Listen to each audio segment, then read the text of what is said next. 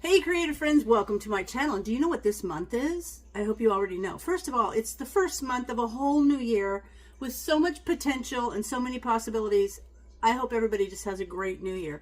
But secondly, one of the coolest things about this month is that it is Canuary. It's Canuary 2025. I am so excited this year. Again, I don't even know how many years I've been able to do Canuary. It's so cool.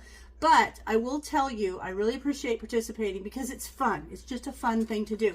And I printed out information so that I make sure that I give you all the correct information because sometimes things get updated and I want to stay on top of it. So first of all, I want to say thank you to Lisa over at Suttonsdaze because she puts all the hard work into this collaboration. And I have to tell you guys, putting together a collaboration is not easy. It is not always the easiest thing to do, and she does a phenomenal job. So first thing I want to say is thank you, Lisa, for inviting me and for all you do to put this annual event together. And I did contact Lisa, and she messaged me all the information to make sure that I'm up to date. So first of all, every single day for the month of Canuary, there will be a brand new canning video. There'll be a whole new canning video. It's either going to be pressure canning, water bath canning, steam canning, and I'm going to do a different little machine here that I'm going to show you about. There are 14 channels, and there will be 30 videos, one on every single day of the month. But wait, there's more. Okay, so the thing is, first of all, before I say anything else, I want you to know Canuary, that word is very popular because it draws attention. But I will tell you, you're going to see, if you just type in Canuary, you're going to see a bunch of Canuaries out there. It's not this Canuary. If you see, you have to see this purple logo for 2025, and this is the logo that Lisa always has. It might be a different color every year. I think last year it was pink. I don't remember for sure. But this year it's a purple logo, and it looks like that. So you have to see that in the thumbnail. And someone said to me, what's a thumbnail? It's the little picture. When you see the video, it'll be the little picture with like a title. It's like the title picture. This little logo will be somewhere on that if it is this Canuary. So this is what you want to look for to be part of this Canuary. Why? Because there will be a playlist. Down in my description, there will be a list of all of the channels and the link to their channels. There will also be a playlist that you can click on, and you can see all the videos that have been posted up to that point. Now, why do you want to do that? Because if you go watch those videos, and of course we encourage you to like and subscribe and do all the things that help the channel creators out, but what you also want to do is watch the video and then make a constructive comment, not just an emoji and not just a word yum or something. Literally make a comment about what you saw in the video. And then when you do that, you realize there's a giveaway at the end. And if you go and watch and make a comment on every single video, you've now been entered for the giveaway 30 times. So that's pretty cool. Now, what are the prizes? So the sponsors, I know I mentioned Lisa over at Suttonsdaze because she sets this whole thing up, but she also works with Forjars to sponsor. So the sponsors are Lisa and Forjars. And the prizes, like I would want to be entered 30 times for these prizes because first of all, Forjars has 3 different prize levels. The first prize, and I'm going to read this off, this is the most recent information that I have right now, is a Forjars pressure canner. Amazing, right? But you're also going to get 200 Forjars canning lids and a Forjars jar opener. So cool. That's the first prize. The second prize is 500 Forjars canning lids and a Forjars can opener or jar opener. So that's the second prize. There's still even a third prize from them. And it is 300 Forjars canning lids and that Forjars jar opener. So first, second, or third prize are awesome. But Lisa is also giving away prizes. She's got 2 prizes she's giving away. The first one is a 23-quart pressure canner, one of those Presto pressure canners you see so many of us use. They're amazing, and she's got one of those, and she also has this steam canner. People love the steam canner, so she's actually going to give away a steam canner. So 5 really quality prizes, and you get 30 entries to each of those if you go and make a constructive comment on every single video. So that is so awesome. But remember, it's only the videos with this purple logo that count, okay? If it just says Canuary somewhere, that's just somebody using that word. And that's fine. I just want to make sure you know to be in the right one. Now, also, Lisa has asked, because It's really hard to control what people do, and she has asked that everybody that participate this year make sure that they're using some sort of an approved method recipe. So she's asked for that, and I hope that everyone complies with her request. So that's really important because she is a safety girl.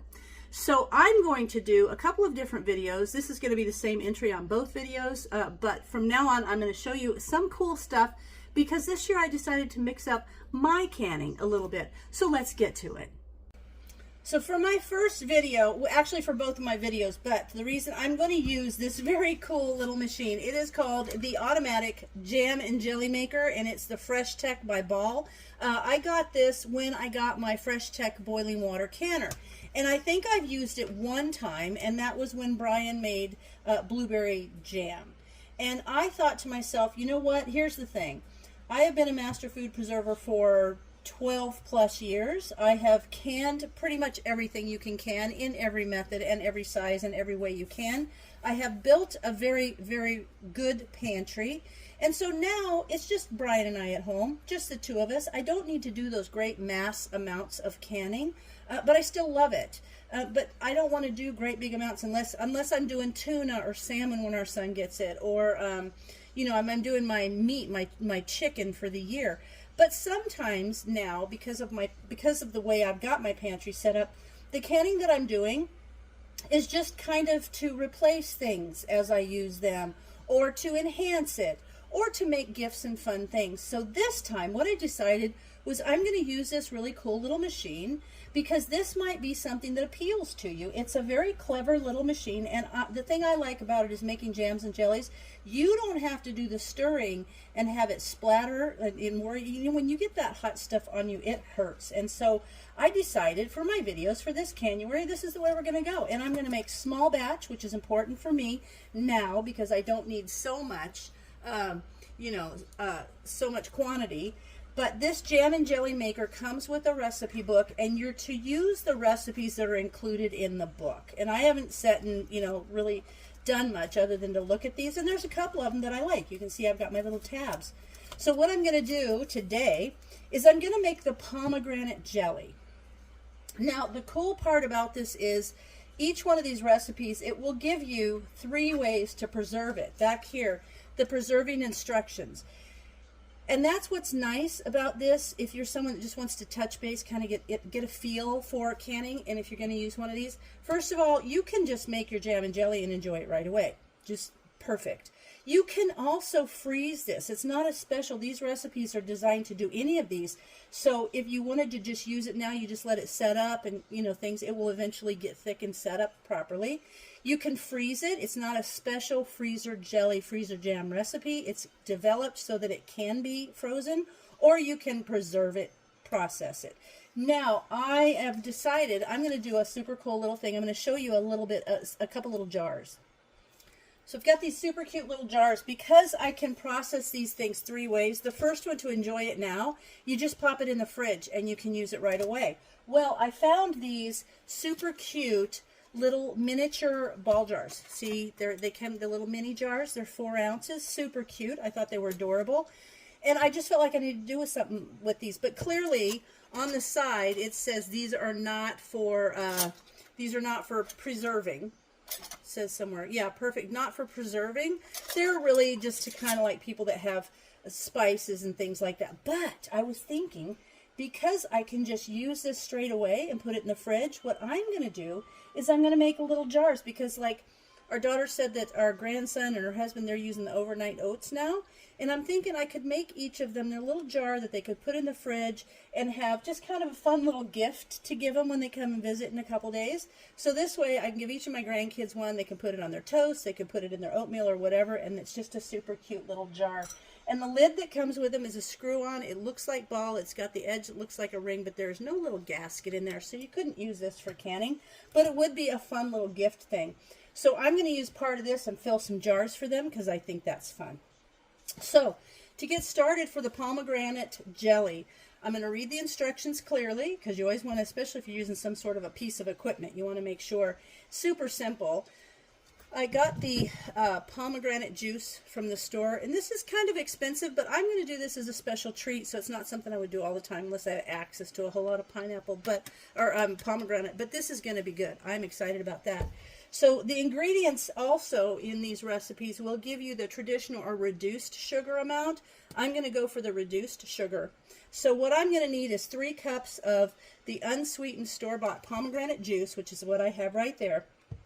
And then I will have 4 tablespoons of the Ball Real Fruit Classic Pectin. So I have that ready to go. And then I have half a teaspoon of butter. This helps from it foaming up. And because of the reduced sugar, I'm going to use 2 cups of sugar. So instruction-wise, it's going to have me, it says, to measure the 3 cups of pomegranate juice in a 4-cup or larger liquid measuring cup, which is what I have right here. Then gradually whisk the pectin into the juice until fully incorporated. And the pectin will not be completely dissolved at this time. Then we're going to pour the juice mixture into the clean pot fitted with the stirring thing. I'll show you. It's got the little stir in there. It just sets right down on there. So we're going to pour that in there fitted with the stirrer, the automatic stirring blade thing. And then we will hit the jelly button. Boom. We're just going to hit the jelly button and it will automatically set for 25 minutes. And then we hit enter right there. Then we'll wait 4 minutes for the appliance. Will sound 4 short beeps indicating that it's time to add sugar. We'll add the sugar and let it stir. Okay.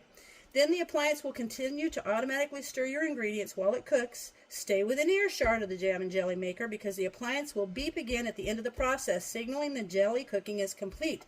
Then you'll hit cancel and unplug it, and we'll put it all in the jars and preserve it. Now for preserving, because I'm doing small batch, I'm only going to do, it'll do 4 half pints, which are these little size. I'm going to do about 3, and then I'll do about 2 of these, but these aren't going, the little jars aren't going to get processed. But because it is a small batch, I'm going to show you, I am able to use my pasta pot. So I could actually get 7 of these jars in the pot, filled with water on a rack, filled with water to about 1 inch or 2 above the jars, and I'm going to let that get warm because you don't want to put hot jelly in a cold jar. So we'll let that warm up. And the second thing is, these are processed. It says right here, these will be processed for 10 minutes. I think they did that on purpose because, it's on here, they want you to process it for 10 minutes. And I think they did that on purpose because if you have something that is 10 minutes or more in the process, you don't have to pre-sterilize the jar. So they were pretty smart when they thought of that. So what I'm going to do is I'm going to go ahead and let my jars get hot. And once they're hot, I'm going to come back and we'll put all this together. So my jars are hot, so I'm going to follow the directions. I've got my pomegranate juice here, 3 cups. And I'm going to, got my little whisk. And this is one of those ones off of one of those electric things. But I love this whisk, so I use it. So I'm going to gradually whisk the pectin into the juice until it's fully incorporated. So we're going to gradually do that. Look at that, I'm ambidextrous. I can use both hands. All right, so we're going to gradually whisk that into the juice. And then it says the pectin will not completely dissolve at this stage. Then we're going to pour this into the pot fitted with the stirrer and add the butter or margarine. So super simple. This would be a fun way to introduce maybe a youngster into canning and preserving. And, you know, I'm going to use those little jars for the refrigerator jam to give us little fun gifts. Now, that is not shelf stable to be outside of the refrigerator. That's not what it's intended for. So that is not, processing it in the boil water canner will make it shelf stable, but just putting it in the little jar in the fridge won't. However, you don't have to use a special canning jar if you're going to put it in the fridge and use it basically immediately. So that's kind of cool. All right, now we're going to pour this in there. All right, so step by step, fitted with the stir, so that goes. Pour that right in there. Awesome. And now we're going to put the little half a teaspoon of butter in there, and that will keep it from foaming. And then it says add the butter and margarine. We're going to put the lid on. press the jelly button, it will automatically set to 25 minutes, and then we hit enter. And now I'm going to show you guys, if you can see. See, it's already starting to spin. And in 4 minutes, it will beep, and then I'll bring you back, and it will want us to add the 2 cups of sugar, because I'm making the reduced sugar one. If I was making the regular sugar one, I would have to have 3.5 cups.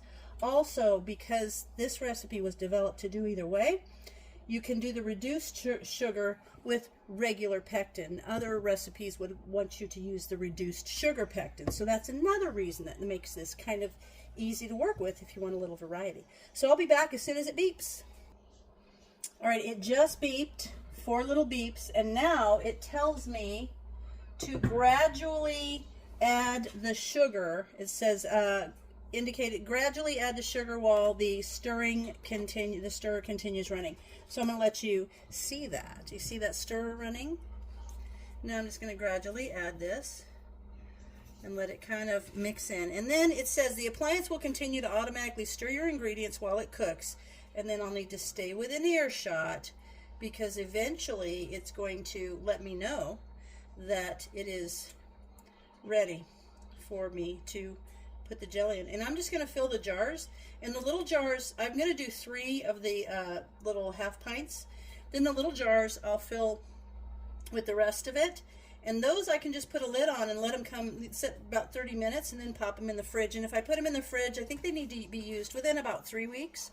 So it said, yeah, within about 3 weeks. If you wanted to put it in the freezer in a regular canning jar, you would be able to keep that frozen and use it within about a year. So that's kind of nice if you don't have a lot of shelf space and you got a freezer.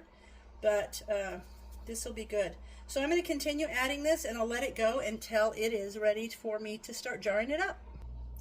So I've got my thing set up for when this beeps and it's ready. I am going to be using the reusable Tattler lids this time, and I've just got them in a bowl with warm water.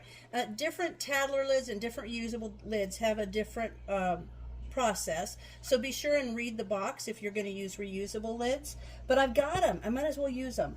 But what I'm going to do is with this one, this is one of the older versions, so when this goes on the jar, and then when it comes out of the canner, you have to get hot pad or hot mitts, because you need to crank the lid down very tight. You do not do that on other jars, only with these lids. It's part of the instructions to make those seal properly.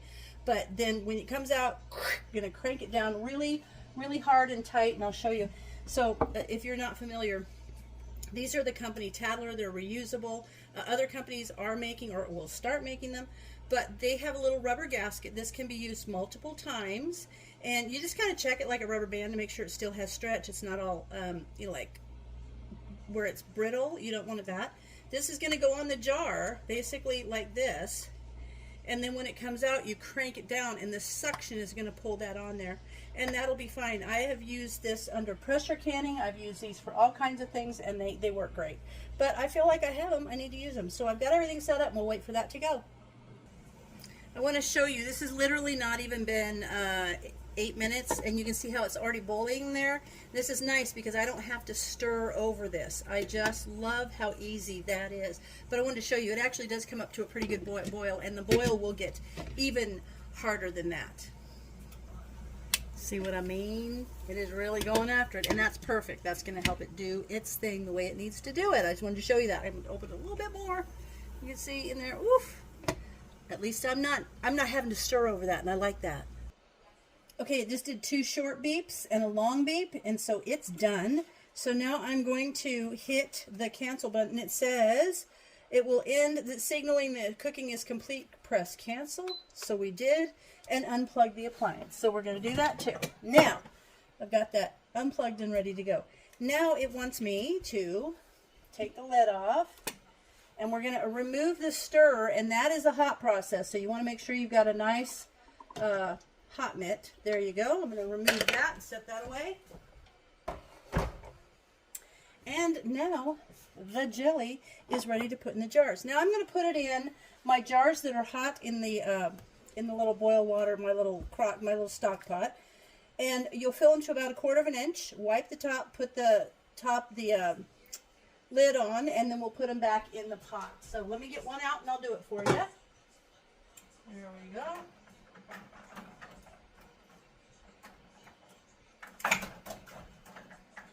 got it in there pretty tight. There we go. Okay, that jar is nice and hot. And now I'm going to put my little funnel on. And I'm going to, I touched the thing. It wasn't that bad. But I sure could tell it was hot. Now I can tilt this to the side. And I can tell the way the glaze is on the top when I move the jelly. I don't know how to explain that. But I can tell that this is going to set up nicely. So I'm going to fill this up. And 1/4 inch. There we go. You can measure that. I can eyeball it because I've been around enough. Hold on. I've canned so much. I can eyeball it, but you can measure. There's actually a little measuring tool that you can get to measure this, but I'm at a 1/4 inch there. I'm going to wipe the top off. And now I'm just going to put one of the lids on. I want to make sure the ring is nicely on the lid. And I'm just going to flip that over.